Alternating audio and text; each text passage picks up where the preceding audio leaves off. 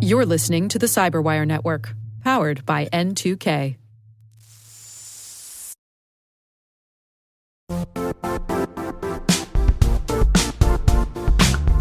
Hey everybody, Dave here. I want to talk about our sponsor, LegalZoom. You know, I started my first business back in the early 90s, and what I would have done to have been able to have the services of an organization like LegalZoom back then. Just getting all of those business ducks in a row, all of that technical stuff, the legal stuff, the registrations of the business, the taxes, all of those things that you need to go through when you're starting a business, the hard stuff, the stuff that sucks up your time when you just want to get that business launched and out there. Well, LegalZoom has everything you need to launch, run, and protect your business all in one place. And they save you from wasting hours making sense of all that legal stuff. Launch, run, and protect your business to make it official today at LegalZoom.com. You can use promo code CYBER10 to get 10% off any LegalZoom business information product, excluding subscriptions and renewals.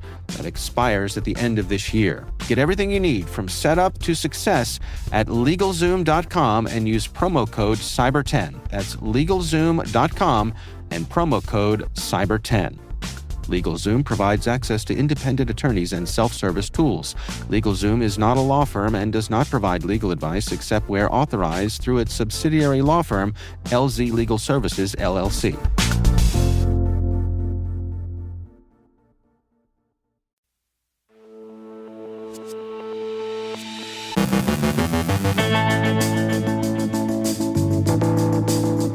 Unredacted court filings from WhatsApp's 2019 lawsuit against NSO Group reveal the scope of spyware infections. Glove Stealer can bypass app-bound encryption in Chromium-based browsers. Researchers uncover a new zero-day vulnerability in Fortinet's FortiManager. Rapid7 detects an updated version of Loaderat. CISA warns of active exploitation of Palo Alto Networks' Expedition tool. Misconfigured Microsoft Power Pages accounts expose sensitive data. Iranian state hackers mimic North Koreans in fake job scams. Australia warns its critical infrastructure providers about state-sponsored embedded malware. An especially cruel cyber criminal gets 10 years in the slammer. Our guest is Ambush Kumar, co-founder and CEO of Symbian, who joins us to discuss how AI agents may change the cyber landscape. And we're counting down the top 10 least secure passwords.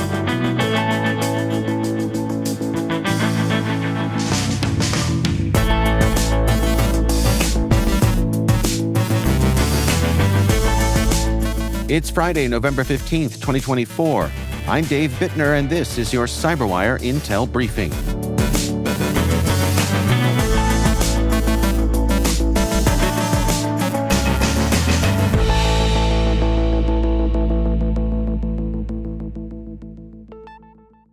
Thanks for joining us here today, and happy Friday. It is great, as always, to have you with us. Unredacted court filings from WhatsApp's 2019 lawsuit against NSO Group reveal that the Israeli spyware firm used its Pegasus tool to infect 1,400 devices, targeting journalists, human rights activists, and political dissidents. Pegasus, a zero-click spyware, exploited WhatsApp vulnerabilities to gain full access to targeted phones. NSO developed methods including the Eden and Heaven exploits by reverse engineering WhatsApp's code and creating a fake client to bypass security measures. NSO admitted to creating a WhatsApp installation server to impersonate the app and deploy spyware. Despite WhatsApp's updates thwarting these exploits, NSO adapted, allowing its government clients to easily target devices by entering phone numbers. Pegasus provided turnkey access, retrieving data with no technical input from users, according to depositions. Notably, Pegasus was allegedly used against Dubai's Princess Haya amid human rights violations by Sheikh Mohammed bin Rashid Al Maktoum. WhatsApp vows to hold NSO accountable for violating U.S. laws and user privacy. A new malware, Glove Stealer, can bypass app-bound encryption in Chromium-based browsers, a security mechanism introduced in Chrome 127 to protect cookies. Written in .NET, the malware exfiltrates sensitive data like credentials, cookies, and information from cryptocurrency wallets, password managers, email clients, and over 80 local applications. It also targets data in 280 browser extensions. Glove Stealer exploits the iElevator service, unique to each browser, to harvest and decrypt encryption keys. While primarily affecting Chromium browsers like Chrome, Edge, and Brave, it also targets Opera, Yandex, and CryptoTab. Delivered via phishing emails with malicious HTML attachments, victims are tricked into running scripts that execute the info stealer. The malware gains administrative privileges, downloads additional modules, and exfiltrates protected data through a command and control server. Security firm Watchtower has uncovered a new zero-day vulnerability in Fortinet's FortiManager, dubbed FortiJump Higher. This flaw enables privilege escalation from a managed FortiGate device to control the central FortiManager instance, potentially compromising entire Fortinet-managed fleets. FortiJump Higher resembles an earlier vulnerability, FortiJump, which allowed remote code execution on FortiManager via unauthenticated crafted requests. FortiJump carries a CVSS score of 9.8 and has been actively exploited. Watchtower claims Fortinet's patch for FortiJump missed key exploit methods, leaving systems vulnerable. Attackers could exploit these flaws to escalate privileges and compromise entire networks. Rapid7 has detected a malware campaign featuring an updated version of LoaderRat, a remote access tool first observed in 2016. This new version can steal cookies and credentials from Microsoft Edge and Brave browsers. Written in AutoIt, LoaderRat retains its core functions, such as screen capturing, webcam control, data exfiltration, and delivering additional payloads, but it hasn't seen major updates since 2021. The malware is now distributed via Donut Loader and Cobalt Strike and often masquerades as legitimate software like Discord or Skype. Rapid7 also found LoaderRat on systems infected with other malware families, though its distribution method remains uncertain. Unlike earlier targeted campaigns, this version has global reach. By tweaking older code, attackers demonstrate that even legacy malware can remain effective, emphasizing the need for vigilance and timely patching.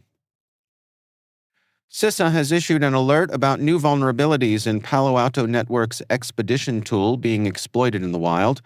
Initially, the agency warned of a critical flaw that allowed attackers to take over administrator accounts and access sensitive credentials.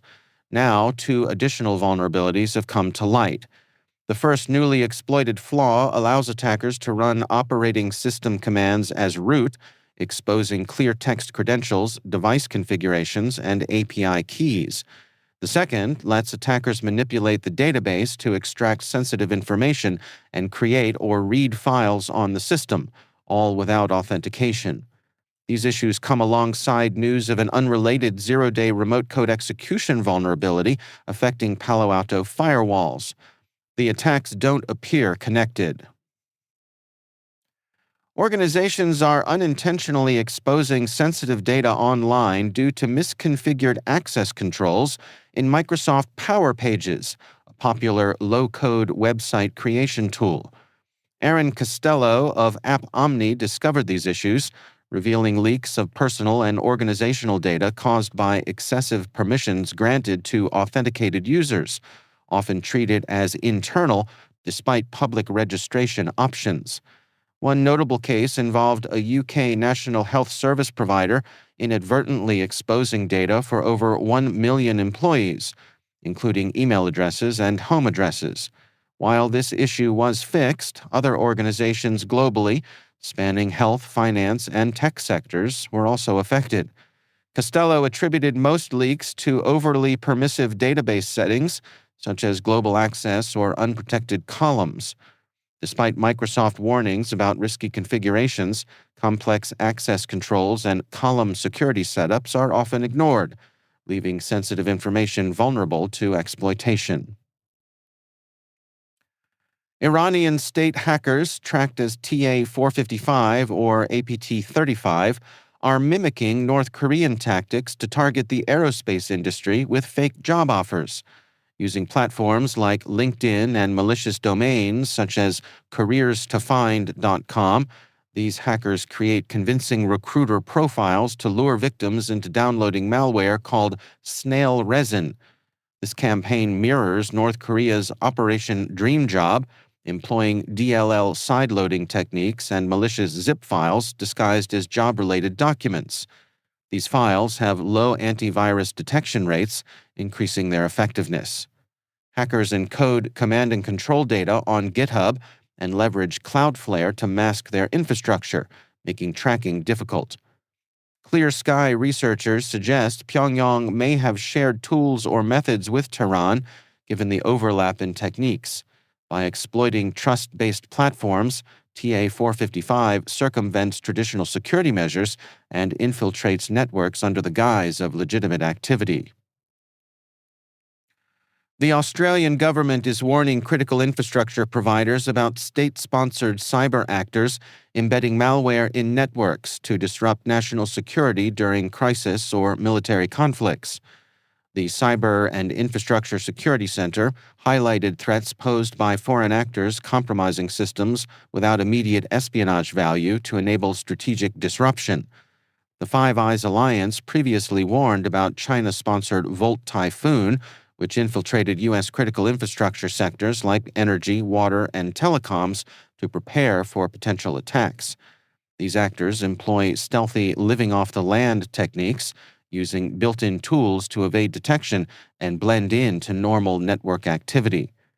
In response, Australia expanded its critical infrastructure protections, requiring designated operators to enhance incident response, fix vulnerabilities, and share system data. Legislative updates also empower regulators to enforce risk management and support cybersecurity resilience across interconnected systems. Robert Perbeck, a 45-year-old from Idaho, has been sentenced to 10 years in prison for a series of cybercrimes targeting medical facilities and other organizations. Over 7 years, Perbeck hacked systems, stole sensitive personal data, and extorted victims, causing devastating financial and emotional harm. His crimes impacted at least 19 victims, including medical practices, a safe house for domestic violence survivors, and public institutions.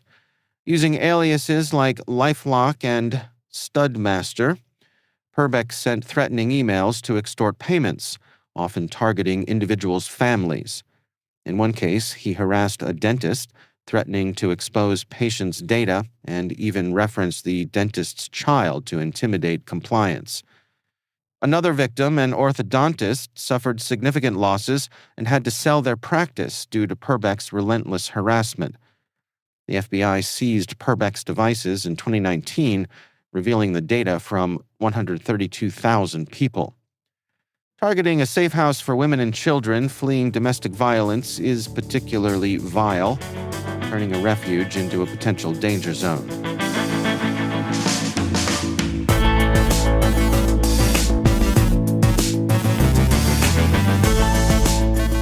Coming up after the break, Ambush Kumar from Symbiom joins us to talk about how AI agents are going to change the cyber landscape. Stick around.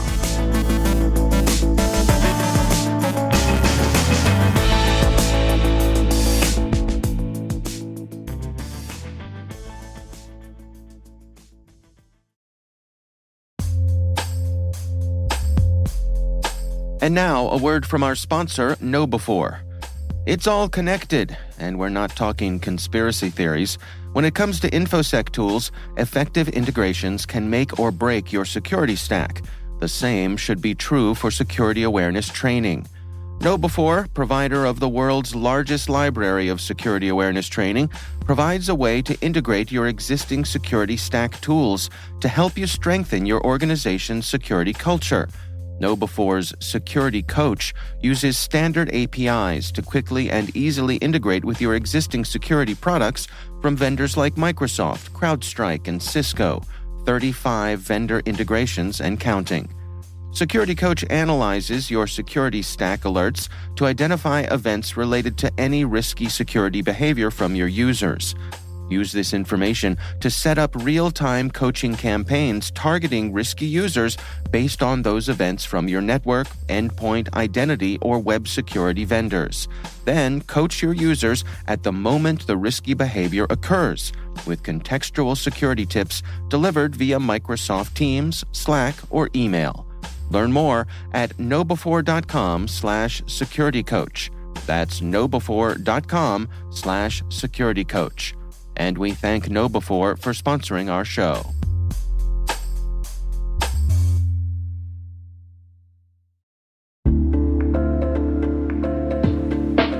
Imagine this. Your primary identity provider goes down, whether it's a cloud outage, network issue, or even a cyber attack.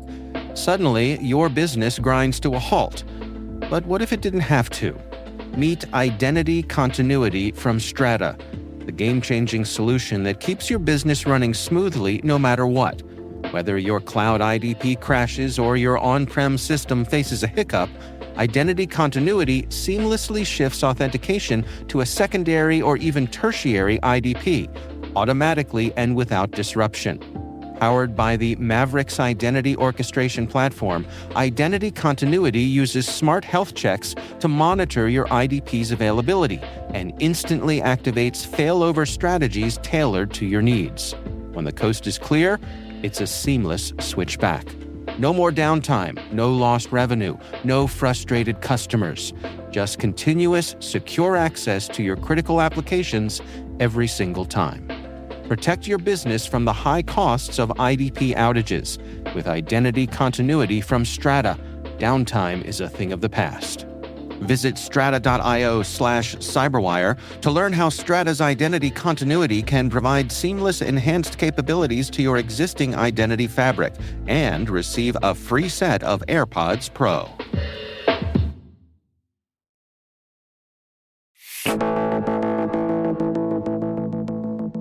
Ambush Kumar is CEO and co-founder of Symbian.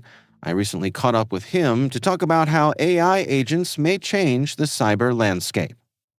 AI agent is a virtual employee that is using a brain powered by large language model or AI and is working just like a human, taking some easy things from you in the beginning, later on learning to do more and more complex things. And so how does this differ from the day-to-day experiences that people have with using tools like ChatGPT, for example? Yeah, so in ChatGPT, you will go and ask it that, hey, I got this alert about email phishing from one of my employee. What should I do? And then ChatGPT will give you maybe 10 sentences that, okay, first go check that employee has clicked on a bad link or not, ask them when did they receive it, etc., etc. And you will go and do those things. In case of AI agent, for example, my company Symbian, we are building an AI agent for cybersecurity. So our AI agent will directly take that input, directly take that alert, and actually go and do those things. So they will come to you and say that, hey, in last 1 hour, we have seen 100 different alerts. I have been able to completely take care of maybe 90% of them, 90 of them. And here is what I did. Here is why I think they are malicious. Here is why I think they are not malicious. And here are 10 where I'm struggling to completely take care of them on my own. So this is what agent would do, just like an employee, right? An employee, you are not asking them every minute that, hey, what should I do? What should I do? Rather, you take you expect your employee to take care of tasks autonomously.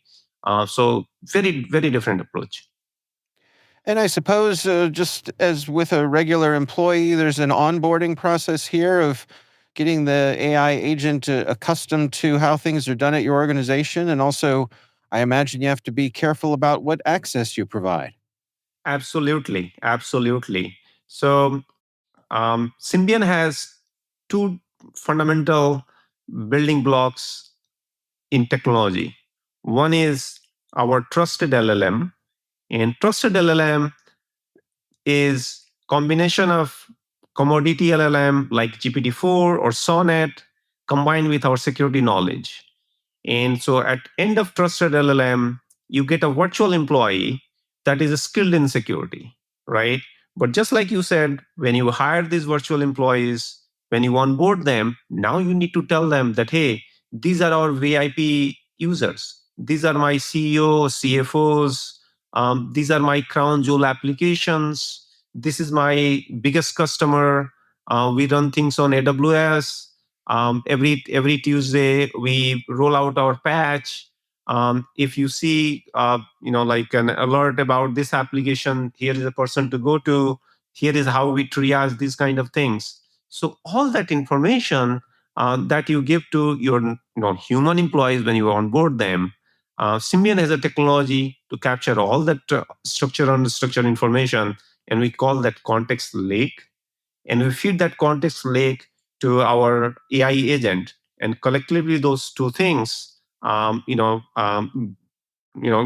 to do real work for you, just like a normal human employee.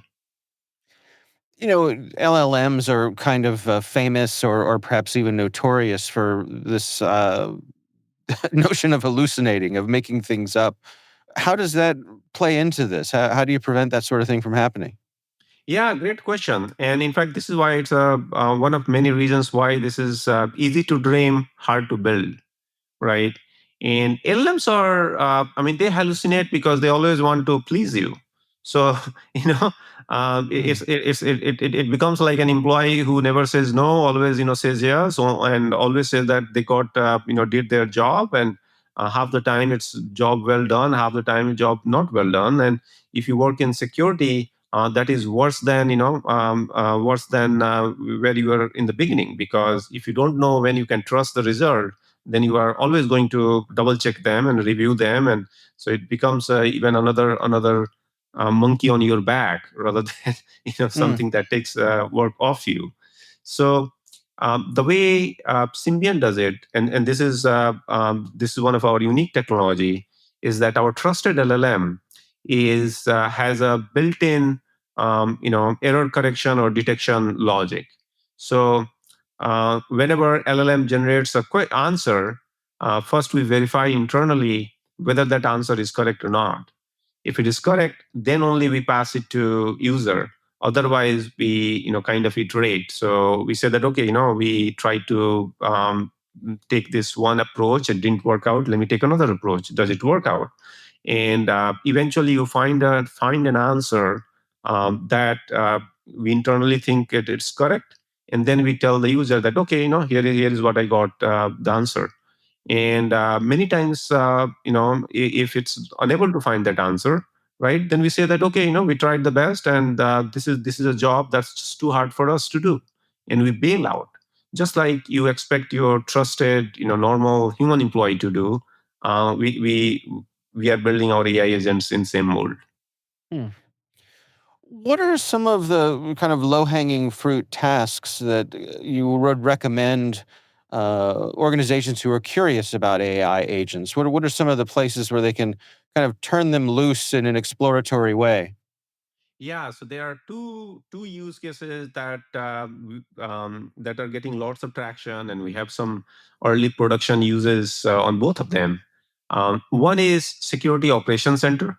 So in SOC, you have your tier one analyst, your tier two analyst, tier three analyst, you have threat hunters, and all of them are working. Overworking. They are overworked, and there is constantly like maybe 5 times more job that they can than they can do. So they're always looking for efficiency. And so the way SOC works is that you get an alert from your SIM or your XDR, or maybe you get a trigger from your CTI source that is saying that I'm seeing something bad happening in wild. Um, and then your tier one analyst look at that alert, and tries to say whether it's false positive, false or not. I mean, it's true positive, then they go and investigate it. And if it's really turns out something material, then you put a response plan and you respond to it. And what Symbian can do is 90% of those alerts, it can completely take care of them all by itself. So instead of your tier one analyst seeing 100 alerts, Symbian is taking care of 90 of them, and they see only the remaining 10. And those 10, when Symbian passes that to your analysts, it has already added lots of auxiliary information.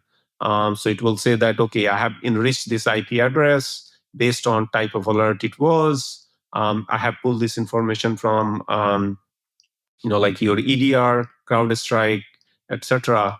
And so when human employees start to triage that alert, they get some boost because they don't have to spend time manually doing various things that AI has already done for them.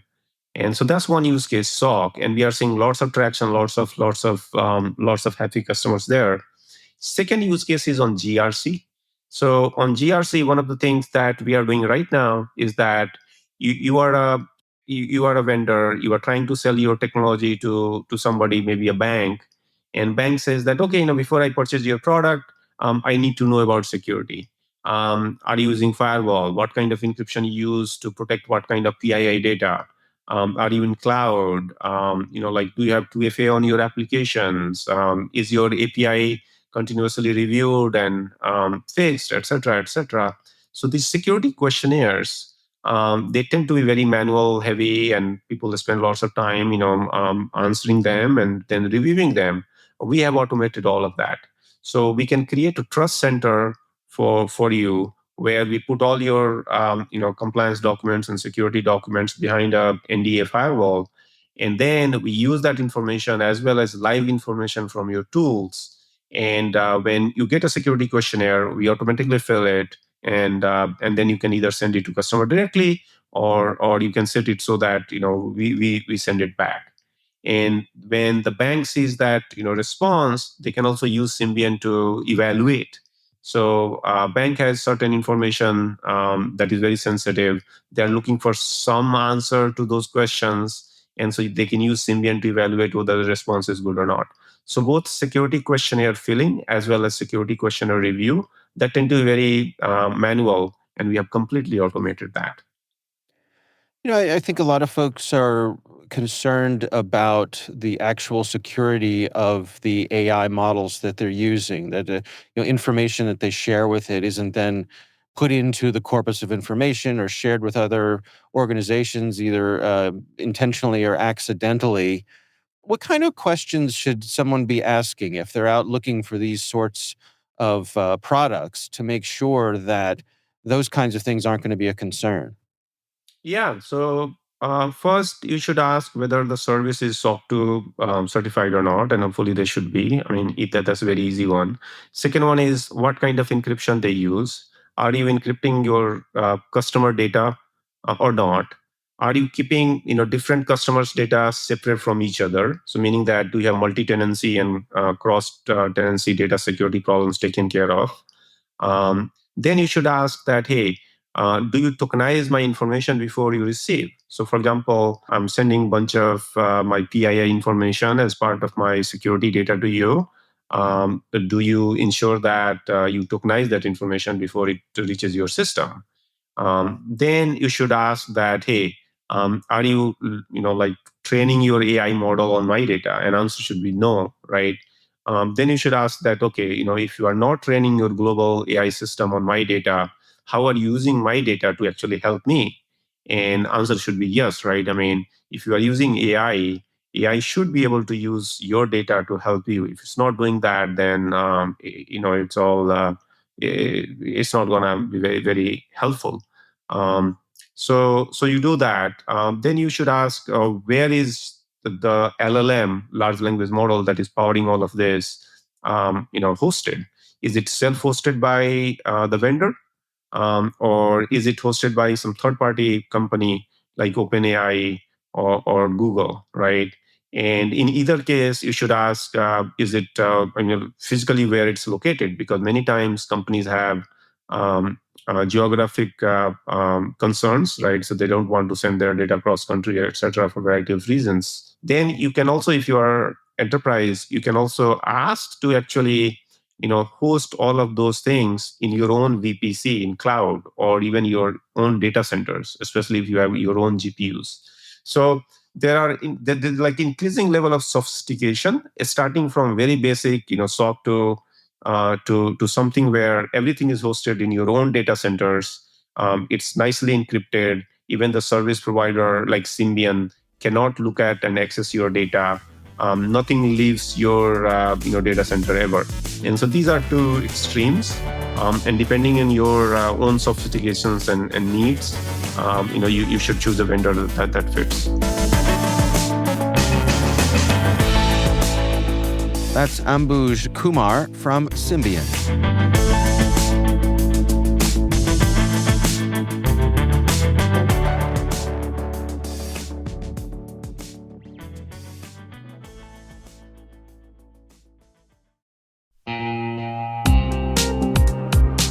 Quick question. Do your end users always, and I mean always without exception, work on company-owned devices and IT-approved apps? I didn't think so. So my next question is, how do you keep your company's data safe when it's sitting on all those unmanaged apps and devices? 1Password has an answer to this question: Extended Access Management.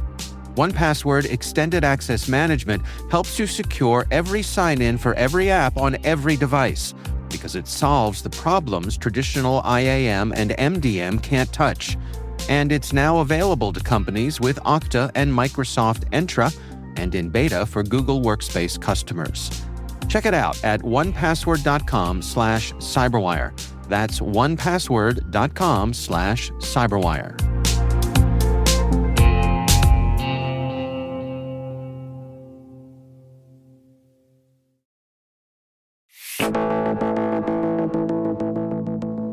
And finally, the folks at NordPass have released their annual list of the 200 most common passwords.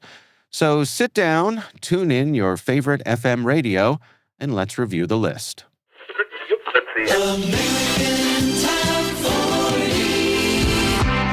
Welcome back to our countdown. If you're just joining us, we're not talking about the latest pop hits. Nope, we're diving into the top 10 passwords people are using in the U.S. That's right, folks. These are the biggest security slip-ups on repeat year after year. So grab a seat, secure your logins, and let's count down from number 10 to number 1. Starting off our list at number 10, it's a classic combo that just won't quit. ABC 123. With over 44,000 people using it, this one's cracked faster than you can say weak password. Coming in at number 9, it's 12345. Now, I don't know what's shorter, this password or the time it takes to crack it. Less than a second. With nearly 50,000 users, this one's practically an invitation. Sliding into the number 8 spot is another familiar sequence. 1234567 Over 52,000 people use this one, and hackers can break through it before you can blink. Lucky number 7, it's password 1. Clever, right? Well, maybe not so much. With around 55,000 users, it's one of the easiest passwords for hackers to guess, clocking in at under a second to crack. At number 6, we've got the classic 123456789. Almost 90,000 people keep going up in numbers, thinking it'll somehow protect them more. Spoiler alert, it doesn't. Moving into the top 5 now, things are getting predictable. Number 5 is QWERTY1. That's right, it's what's right there on your keyboard, just waiting to be hacked. Over 200,000 people are using it.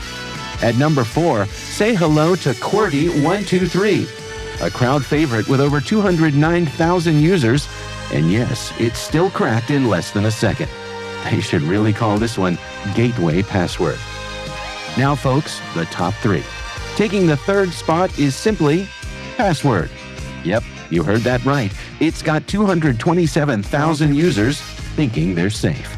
But with a crack time of under 1 second, it's more like an open door. Number 2 might sound familiar. 1, 2, 3, 4, 5, 6. Over 250,000 people are relying on this one. I guess they like to keep things simple. But so do hackers. And finally, America, the number 1 most used password. Drumroll, please. It's secret.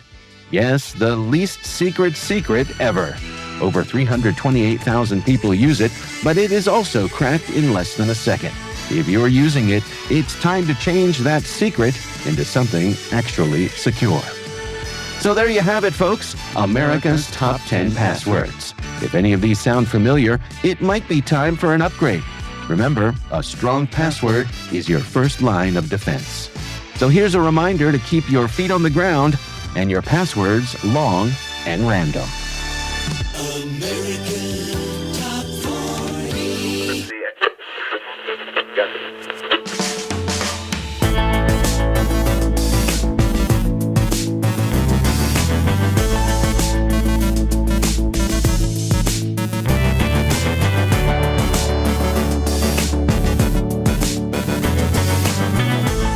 And that's the CyberWire. For links to all of today's stories, check out our daily briefing at thecyberwire.com. Be sure to check out this weekend's Research Saturday and my conversation with Blake Tarchet, head of Cloud Force One at Cloudflare. We're discussing their work unraveling Sloppy Lemmings operations across South Asia. That's Research Saturday. Check it out. It's time for a shameless plug. On behalf of myself and my amazing Hacking Humans co-hosts, Maria Vermazis and Joe Kerrigan, we are hoping to earn your vote. I know you thought the election was over, and it is, but our hosting team was nominated in the Creator of the Year category in the 2024 Technically Awards for the Baltimore region. We love your support. There's a link in our show notes to cast your vote. Make sure you choose the Baltimore region on your ballot. That's where our nomination is. And do be quick about it. Voting ends on Monday, November 18th. Thanks for your support. We'd love to know what you think of this podcast. Your feedback ensures we deliver the insights that keep you a step ahead in the rapidly changing world of cybersecurity. If you like our show, please share a rating and review in your favorite podcast app. Please also fill out the survey in the show notes or send an email to cyberwire@n2k.com. We're privileged that N2K CyberWire is part of the daily routine of the most influential leaders and operators in the public and private sector, from the Fortune 500 to many of the world's preeminent intelligence and law enforcement agencies. N2K makes it easy for companies to optimize your biggest investment, your people. We make you smarter about your teams while making your team smarter. Learn how at n2k.com. This episode was produced by Liz Stokes. Our mixer is Trey Hester, with original music and sound design by Elliot Peltzman. Our executive producer is Jennifer Iben. Our executive editor is Brandon Karpf. Simone Petrella is our president, Peter Kilpie is our publisher, and I'm Dave Bittner. Thanks for listening. We'll see you back here next week.